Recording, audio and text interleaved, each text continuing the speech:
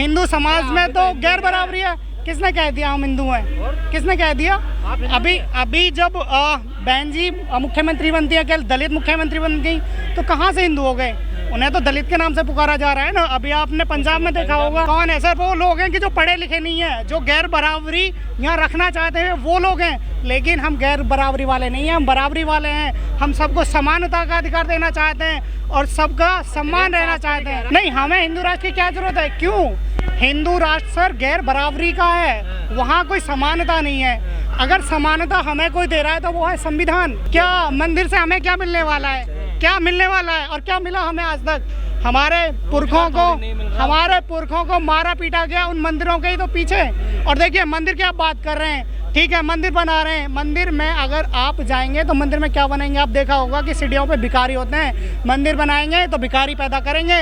मेरा मानना है कि संविधान दो, अधिकारी बनेंगे। मंदिर से वैज्ञानिक पैदा नहीं होता? कौन सा वैज्ञानिक है मुझे बता दो, कौन वैज्ञानिक है बताइए। हाँ, धीरेन्द्र शास्त्री जैसे बनते होंगे। धीरेन्द्र शास्त्री इतना ध्यान क्यों दे रही है मंदिरों में? क्योंकि इसलिए जो बहुजन समाज है, जो पहले सिस्टम था वो वैसे के वैसा बना रहे, फिर से गुलामी करें। इसलिए वो चाह रहे हैं कि मंदिर और मस्जिद पर ही टिकी रहे सब कुछ राजनीति, ताकि फिर से गुलामी बनी रहे। नहीं तो हम हिंदू हैं कब? हम हिंदू नहीं है ना। आप हिंदुओं की जातियों का विरोध सरकार और सत्ता के संरक्षण में जबरदस्ती जो है वो हमारे ऊपर हिंदू जो है ना थोपा जा रहा है। हम हिंदू हैं ही नहीं। और क्या हुआ? नहीं है हिंदू हम यहाँ के मूल निवासी हैं। अनुसूचित जो है ना कास्ट में बिलोंग करते हैं। ये जो है ना उसमें है। हम जो है ना जाति व्यवस्था जो है ना वो जबरदस्ती थोपी गई है। आपकी सरकार रही, आपके जो है ना जब सामंतवादी रही, जब वैदिक सभ्यता रही है, तो आपने उस सभ्यता में हमें जबरदस्ती थोप दिया। हमारी जो बौद्ध सभ्यता थी उसको तो आपने नेस्तनाबूद कर दिया। बगावत कर रहे हैं आप लोग? जी, बगावत आज के तो नहीं कर रहे हैं। बगावत तो हमारे फूले, पेरियार, अम्बेडकर और सभी लोगों ने की है। काशीराम से जी, भगवान बुद्ध ने, ये तो सब बगावती की है ना इन्होंने, सब ने।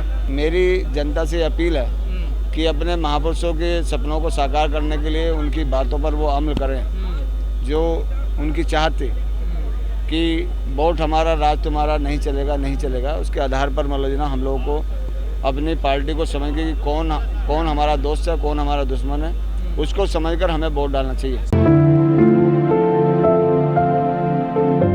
कांसीराम साहब की उस समय जो लड़ाई थी इस देश के अंदर, मनोवाद जो उनका कहना था, और गांधीवाद से थी। पार्टी देखो कहीं गर्त में नहीं है। आज भी Bahujan Samaj party BJP number 1 पर है, कांग्रेस नंबर 2 पर, तो बहुजन समाज पार्टी वोट के आधार पर, रिजल्ट के आधार पर तीसरे नंबर की ताकत है। मानते क्यों नहीं अपनी सच्चाई को? और सच्चाई तो हम मान रहे हैं, तभी तो हम लोग कह रहे हैं कि भाई आप यदि उसका दुष्प्रचार करेंगे कि भाई पार्टी खत्म होगी, पार्टी कैसे खत्म होगी? पार्टी तो अपना काम कल भी कर रही थी, पार्टी आज भी काम कर रही है। मगर यदि समाज मतलब ना लालच में आएगा और वो मतलब जो घोषणा उससे प्रभावित हो गए, 5 किलो अनाज के चक्कर में अपना वोट बेचने का काम करेगा, या यहाँ का जो सिस्टम है जो आपको रोकना चाहता है वो ईवीएम के माध्यम से आपका वोट को लूटने का काम करेगा। पहले डंडे के बल पे लूटता था, अब मशीन के बल पे लूटता है। तो इस बात को भी हमें तो समझना पड़ेगा। तो समाज तो जो जिम्मेदार लोग हैं, जिनको कांसीराम साहब ने या बहन जी ने तैयार किया है, वो आज भी काम कर रहे हैं, कल भी काम करेंगे। तो उसके लिए लड़ाई देखो, ये जो लड़ाई है ये आसान लड़ाई नहीं है। ये धारा के विरुद्ध चलकर काम करने का, और इसमें कठिनाइयाँ आएंगी और राजनीति में उतार चढ़ाव आते हैं। आज यदि हमारा उतार है तो कल चढ़ाव भी आएगा। तो उसके लिए हम लोगों ने अपनी लड़ाई को बंद नहीं किया। तो माइनॉरिटी और पिछड़ों की आज सबसे ज़्यादा पिटाई यदि कहीं होती है तो इस देश के अंदर होती है। और कांसीराम साहब ने तो उनके अंदर चाहत पैदा कर दी थी। जब मुलायम सिंह को लोग ये कहते थे कि सदन में नहीं घुसने देंगे, तो कांसीराम साहब ने कहा जिनको लोग नेगलेक्ट करते हैं कांसीराम उनको सेलेक्ट करता है। तब मुलायम सिंह जैसे आदमी को उन्होंने विधानसभा के अंदर भेजा और उनसे मिलकर चुनाव भी लड़ा, उसको मुख्यमंत्री बनाया। मगर उन लोगों जब लालच से यदि आदमी के अंदर आ जाएगा, मगर उन लोगों ने जो कांसीराम साहब की सोच के आधार पर ना तो सरकार चलाई, ना ही कांसीराम साहब की बात मानी। हर आदमी अपने धड़े को सिर्फ मालिक बनना चाहता है। वो जो सबसे नीचे बड़ी ताकत है, जिसकी सबसे ज़्यादा ज़रूरत है, उसे वो ना तो हुक्मरान बनना देखना चाहता है, ना उसके नेतृत्व में काम करना चाहता है। वो सिर्फ यहाँ पर जो जातियों का अहम है लोगों के अंदर, उसके आधार पर चलना चाहता है। आप ये बताइए कि कौन सी ऐसी पार्टी है जिसके अंदर मतलब ना अभी जो यहाँ का गृह मंत्री है अमित शाह, वो अभी दीक्षा भूमि पे गया था, पट्टा डाला था नीला। आपकी अलग पहचान है ना? नहीं, आप सुनिए, आप यदि पूछें तो उसको सुनिए भी। तो वो उस समाज के लोगों ने एक भी टीका टिप्पणी नहीं की। और यदि राजनीति में यदि हमें अकेले वोट से तो हमारी सरकार नहीं बनेगी। हमें ब्राह्मण भी चाहिए, हमें ठाकुर भी चाहिए, हमें वैश्य भी चाहिए, हमें और मतलब मुस्लिम भी चाहिए। यदि हम लोग सिर्फ यही देखते रहेंगे, क्योंकि जो राजनीति है वो किसी एक मतलब जो ना चिन्ह से या उससे बात नहीं बनेगी, हर उसको लेना पड़ेगा। यदि कोई आदमी बहन जी को त्रिशूल भेंट कर रहा है तो क्या उनके गिफ्ट को नहीं लेना चाहिए था मंच पर? यदि वो समाज वहाँ पर उन्होंने बहन जी को सम्मान देना चाहा तो उन्होंने उस सम्मान को स्वीकार कर लिया। योगी जी कुरान बुक में ले लेंगे अगर उन्हें गिफ्ट में कुरान दी जाए तो? योगी जी को, योगी तो टोपी में पहन के घूमता है, उनके नेता घूमते हैं। कहाँ घूमते हैं वो? 80-20 की बात करते हैं कहाँ? तो वो तो घूमते हैं, वो आप देखो उनको, वो मंत्री बना रहे हैं, मतलब वहाँ पर उनकी सरकार में एक भी टिकट टिप्पणी नहीं कर रहा। यदि हम लोग कोई मतलब जो है प्रयोग कर रहे हैं तो हमारे प्रयोग से इतने मतलब जो है बौखलाहट क्यों कि भाई बहन जी ने ये ले ली। बहन जी जब कुर्सी पे बैठती हैं तो बिल्कुल बहुजन मूवमेंट को जिंदा रखने के लिए 24 घंटे काम करती है, आज भी करती है और कल भी काम करेगी। प्रयास करना हमारा लक्ष्य है, क्योंकि हमारी जो पार्टी का कहना है कि समता मूलक समाज की स्थापना करनी है। जो लोग आपकी लड़ाई को अपर कास्ट का भी आदमी लड़ना चाहता है तो हमें वो भी स्वीकार है, उसको भी हमें लेकर चलना पड़ेगा। बहुत बदतर है पार्टी का, उसका जिम्मेदार कौन?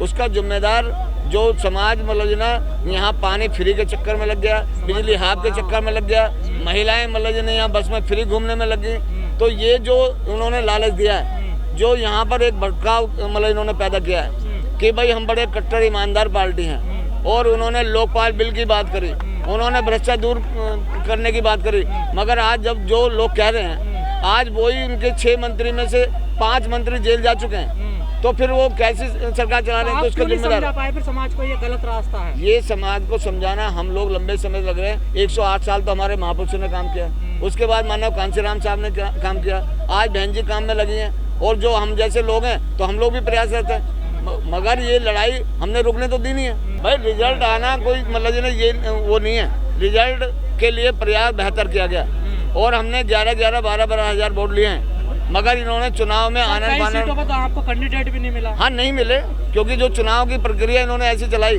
जब हमारी तैयारी थी तो इन्होंने चुनाव एक्सटेंड कर दिया, और चुनाव एक्सटेंड कर दिया, 6 दिन का इन्होंने समय दिया, 6 दिन के अंदर मतलब ये सीट डिक्लेयर करी, कौन सी महिला सीट होगी, कौन सी SC सीट होगी, कौन सी जनरल होगी। आपको नहीं लगता एक राष्ट्रीय पार्टी जिसका इतना मजबूत वोट बैंक कर उसे ये समय आ गया कि उसे प्रत्याशी नहीं मिल रहा? नहीं, प्रत्याशी तो गंभीर समस्या में बात नहीं मानते इसको? हम मानने को तैयार हैं, वो भी काउंसलर के सर, सांसद MP तो छोड़े, देखिए मतलब जो चुनाव की जो हमारी तैयारी थी वो बेहतर तैयारी थी। कम से कम 100 प्रत्याशी हमारे ऐसे मतलब जो ना जहाँ जो सीट चेंज होने पर उनको रुकना पड़ा, और आनंद फानंद में 1 हफ्ते के अंदर मतलब ना तो प्रत्याशी आप ढूंढ सकते हैं, ना ही आप मतलब चुनाव की प्रक्रिया। हमने 172 टिकट दिए और 132 तक हम लोग पहुँच पाए।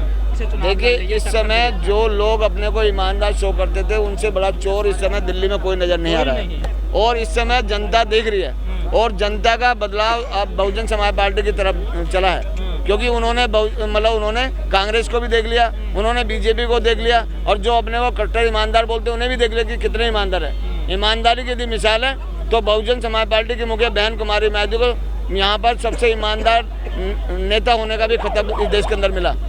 तो ये मतलब जो ना जनता अब देख रही है, जनता कुछ पल के लिए तो गुमराह हो सकती है, मगर लंबे समय तक गुमराह नहीं रहेगी। उसके लिए हम लोग लगातार निरंतर प्रयास रहते हैं, और इस काम को हम लोग लगातार करते रहेंगे। हाँ सर, उन्हें दिक्कत है ना, जहाँ उनकी गुलामी होती थी अब गुलामी करने के लिए तैयार नहीं है। उनकी जहाँ मल उठाने के लिए बहुजन कहें या दलित कहें वो थे, अब उनके तरीके से काम नहीं कर रहे हैं। कोई हल नहीं चला रहा है उनके खेतों में, कोई उनके पशुओं को नहीं चारा खिला रहा है। समस्या ये है ना, जब एक असमतल जो ज़मीन पड़ी है उसमें जब फसल पैदा नहीं हो सकती, तो ये समाज है, इस समाज में जब ऊंचे नीचे वर्ग रहेंगे, और हिंदू समाज की जो आप बात कर रहे हो सकता है कि मैं इतना पढ़ा लिखा नहीं हूँ, मैंने हाँ एक बात ज़रूर है कि मैंने संविधान पढ़ा है, जहाँ संविधान हमें स्वतंत्रता की, समानता की, बराबरी की आज़ादी दे रहा है, हमें संपत्ति रखने की आज़ादी दे रहा है। उनके ग्रंथ दे रहे हैं, उनके धर्म ग्रंथों कह रहे हैं कि आप हल चलाएंगे, आप मल उठाएंगे, आप साफ सफाई करेंगे, आप पढ़ेंगे नहीं, आप गुलामी करेंगे।